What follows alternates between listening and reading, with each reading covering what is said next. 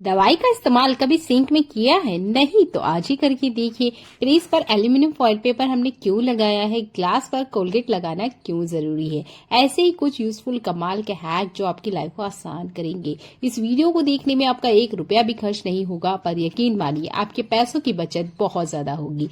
Welcome to back my YouTube channel. पहला useful tip मेरा बिंदी से जुड़ा हुआ है। देखिए, इस तरह की बिंदी ना हर घर में यूज की जाती है, कोई ना कोई आपके घर में जरूर यूज करता होगा। पर आपने देखा होगा ये बिंदी ना 2-3 तरीके से आती है। एक तो पेपर के ऊपर आती है, एक प्लास्टिक के ऊपर आती है और एक नॉर्मल आपको ऐसे ही मिल जाएगी। ठीक है, तो यहाँ पर मैं आपको पेपर वाली, प्लास्टिक वाली तीनों दिखाऊंगी। तो देखिए, बिंदी ना बहुत जल्दी निकल जाती है। ये देखिए, मैंने लगाई, जैसे ही हाथ लगाया ये निकल गई। तो आपने क्या करना है, रोटी बन जाने के बाद या तवा आपका गर्म है तब, या आप तवे को प्री हीट कर लीजिए, उसके बाद में गैस को बंद कर दीजिए और जितनी बिंदी वगैरह है ना आपके पास ये रख दीजिएगा। ये होता इसलिए है क्योंकि इसके अंदर जो ग्लू यूज किया जाता है वो आधे से ज्यादा पेपर में ही रह जाता है, या पेपर के साथ जब हम इसे निकालते हैं, साथ से हटाते हैं, तो आधे से ज्यादा पेपर पे ही रह जाता है, जिससे ये ठीक से काम करती नहीं है। लगाते वक्त इसमें ग्लू बहुत अच्छे से होता है, पर बाद में क्या होता है, ये ठंडा हो जाता है, ठीक से बाहर निकल के नहीं आता है, जिसकी वजह से ये सिर में टिकती ही नहीं है। तो देखिए, यहाँ मैं तीनों पत्तों में से एक एक बिंदी ली हूँ, हाथ लगा के आपको अच्छे से बढ़िया से दिखा रही हूँ। गलती से अगर आपका हाथ चेहरे पे जाता ही है, दिन भर अगर बिंदी रहेगी सिर में तो कभी ना कभी हमारा हाथ जाएगा और बिंदी निकल जाती है। तो ये वाला हैक आप जरूर अप्लाई कीजिएगा। अगला यूजफुल हैक आपको बहुत ज्यादा पसंद आने वाला है। देखिए, हर घर में एक्सपायरी दवाई होती ही है, ज्यादातर हम इसका इस्तेमाल नहीं करते हैं, पर ये बहुत अच्छे से काम में आ सकती है। तो मैंने यहाँ 2 एक्सपायरी दवाई ली है। अब मैं जो रेमेडी आपको बना के बता रही हूँ ये 100% वर्क करती है। तो यहाँ पर मैंने लिया है मच्छर मारने वाली अगरबत्ती। ठीक है, ये अगरबत्ती में काफी ज्यादा केमिकल होता है, तो हर तरह के इंसेक्ट को ये घर से भगाता है। तो आधी अगरबत्ती मैंने इतना लिया है। 2 यहाँ पर एक्सपायरी दवा ली है, पाउडर बना लेना है और विनेगर आपने मिलाना है। ठीक है, तीनों चीजों की जो स्मेल है वो इतनी ज्यादा स्ट्रांग थी कि इसे बनाते वक्त ही मेरी नाक में ना बहुत ज्यादा मुझे तकलीफ हो रही थी। तो कोशिश कीजिएगा कि आप मास्क पहने, क्योंकि इसकी स्मेल बहुत ज्यादा स्ट्रांग होती है। अब आपने क्या करना है, कॉटन लेना है, इसके अंदर डाल देना है। अब ये जो सॉल्यूशन मैंने बना के रेडी किया है इसे लेके चलते हैं हमारे किचन सिंक की तरफ। आपने ये रेमेडी तब बनानी है जब आपके किचन के बर्तन क्लीन हो चुके हैं, ये रात को अपना किचन का काम आप पूरा कर चुके हैं, उसके बाद आप इसे बनाइएगा और आपने इसे किचन सिंक में डाल देना है। जैसे मैंने कहा, इसकी स्मेल बहुत ज्यादा स्ट्रांग है, तो किसी भी तरह का फूड पार्टिकल अगर पाइप के अंदर रहा है और उसे खाने के लिए कीड़ा, कॉकरोच, छिपकली कुछ भी अगर बाहर निकलता है तो वो इसकी स्मेल से मर जाएगा और बिल्कुल बाहर नहीं आएगा। ऐसा ही कमाल का यूजफुल हैक मेरा नॉन स्टिक पैन से जुड़ा हुआ है। तो ये मेरा डोसा पैन है और आप देख सकते हो वक्त के साथ इसके कॉर्नर में काफी ज्यादा गंदगी आ गई है। तो आपने इसे प्री हीट करना है, जितना आ सके इतना पानी ले लीजिएगा। मैंने आधा गिलास पानी लिया है क्योंकि मुझे सिर्फ पैन के साइड के कॉर्नर की गंदगी निकालना है। 1 चम्मच के आसपास खाने वाला नमक लेना है, दोनों को अच्छे से पकाना है। एक और चीज ऐड करनी है, ये है व्हाइट विनेगर। ठीक है, तो जितनी भी चिपचिपाहट है, गंदगी है, ये व्हाइट विनेगर से बहुत अच्छे से निकल आएगी। अगर आपको लगता है कि आपका पैन और ज्यादा गंदा है तो आप यहाँ बर्तन लिक्विड भी ऐड कर सकते हैं। गैस की फ्लेम मीडियम टू लो रखनी है और स्क्रबर लेकर आपको हल्के हाथों से यहाँ पर स्क्रबिंग करना है। ये गर्म हो चुका था तो मैंने यहाँ नाइफ का या चम्मच का अपने इस्तेमाल करना है ताकि आप इसे पकड़ पाएं।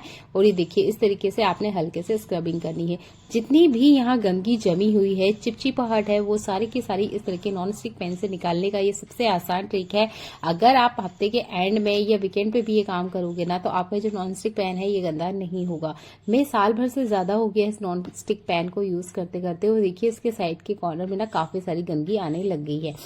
नॉन स्टिक पैन के लिए ये रेमेडी 100% वर्क करती है, तो आप इसे प्लीज अप्लाई कीजिएगा अपनी लाइफ में और आपके जितने भी नॉन स्टिक बर्तन हैं उनको आप अच्छे से बढ़िया से क्लीन कर सकते हैं।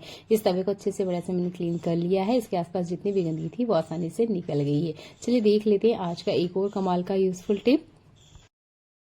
मैं यहाँ आपको एक टी शर्ट दिखा रही हूँ जिसके ऊपर एक फ्लावर प्रिंट है। ठीक है, इस तरह की साड़ी हो सकती है या कोई सा भी ऐसा कपड़ा जिसे आपने प्रेस करना है।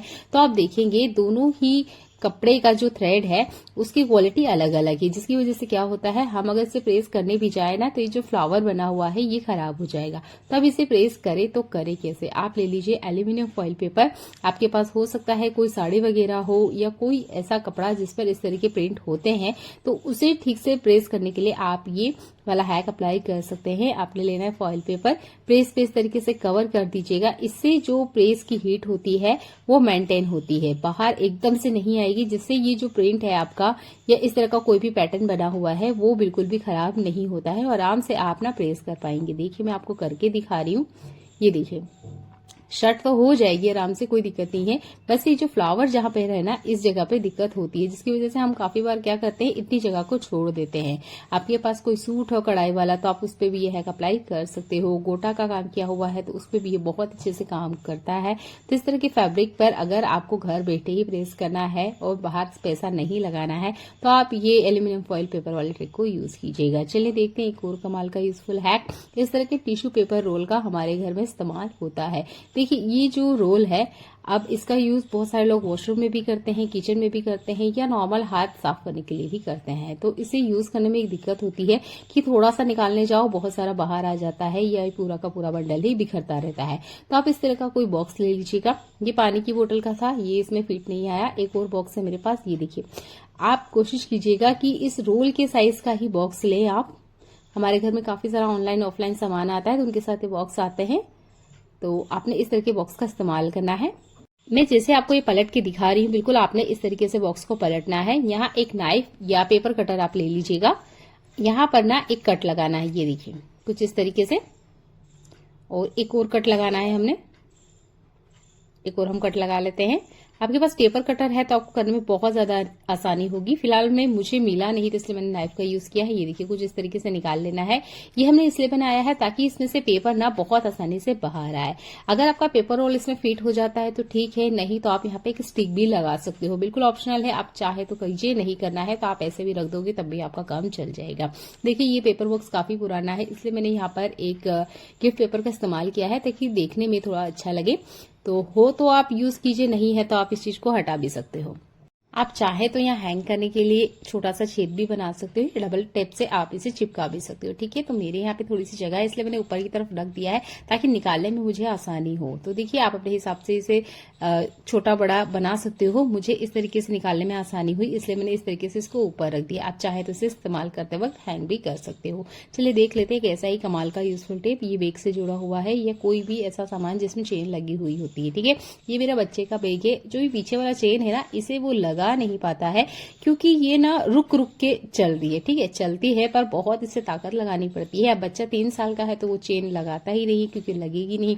तो देखिए इस तरीके से अगर दिक्कत आती है चेन वगैरह में, आपके पास मोमबत्ती नहीं है, तब भी ये ना साबुन वाला हैक बहुत अच्छे से काम करता है। साबुन में काफी ज्यादा चिकनापन होता है इसलिए ये बहुत अच्छे से काम करेगा। आपने क्या करना है, पूरी चेन पर इसे लगा देना है और इस तरीके से घुमाइएगा। ये देखिए जितनी चेन है उसके ऊपर आप लगा दीजिएगा।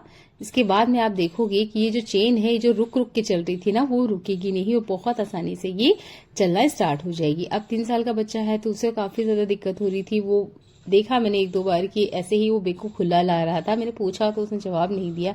छोटा बच्चा था, उसे समझ नहीं आ रहा था शायद कि मैं क्या बोलूं, पर जब मैंने इसे करके देखा तो दिक्कत समझ में आई कि उससे हो नहीं रहा था क्योंकि काफी ज्यादा कड़क हो गई थी।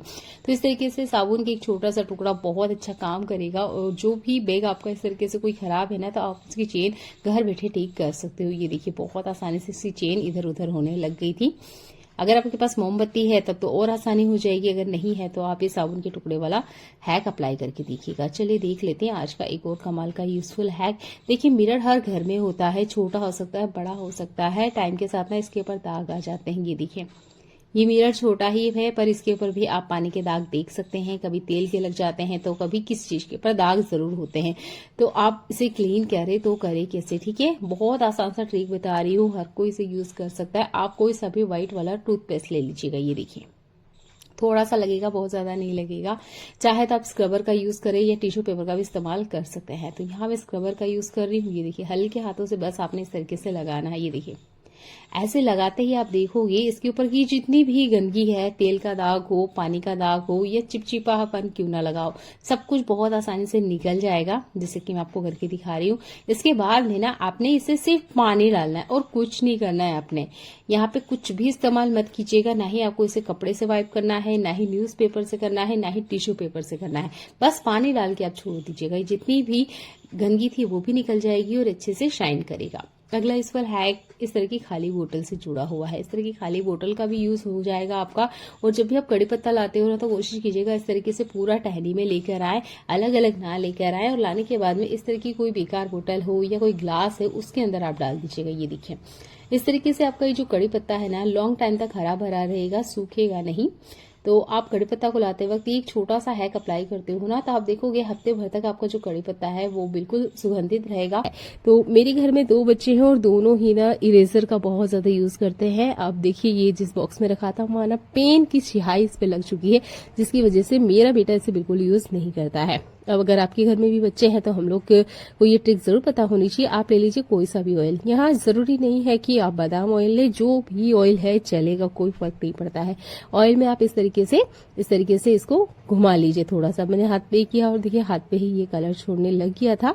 तो आप ना कोई सा कपड़ा जरूर ले लीजिएगा और हल्के हल्के से इस तरीके से वाइप कीजिएगा। आप देखिए ये रबड़ कितना भी गंदा क्यों ना हो, कुछ ही सेकंड्स लगेंगे और अच्छे से बढ़िया क्लीन हो जाता है।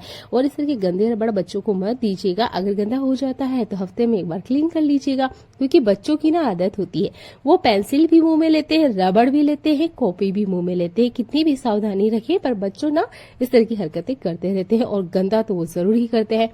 तो टाइम टू टाइम आप इस तरीके से रबड़ को क्लीन करते रहें। उम्मीद करती हूँ ये हैक भी आपको पसंद आया होगा। आप देख सकते हैं रबड़ बढ़िया से अच्छे से क्लीन हो गया है, कोई एक्स्ट्रा एफर्ट नहीं डालना पड़ता है। 1-2 बूंद तेल काफी होगा और ये अच्छे से बढ़िया से क्लीन हो जाता है। घर में छोटे बच्चे हैं तो उन्हें ये ट्रिक जरूर बताइएगा।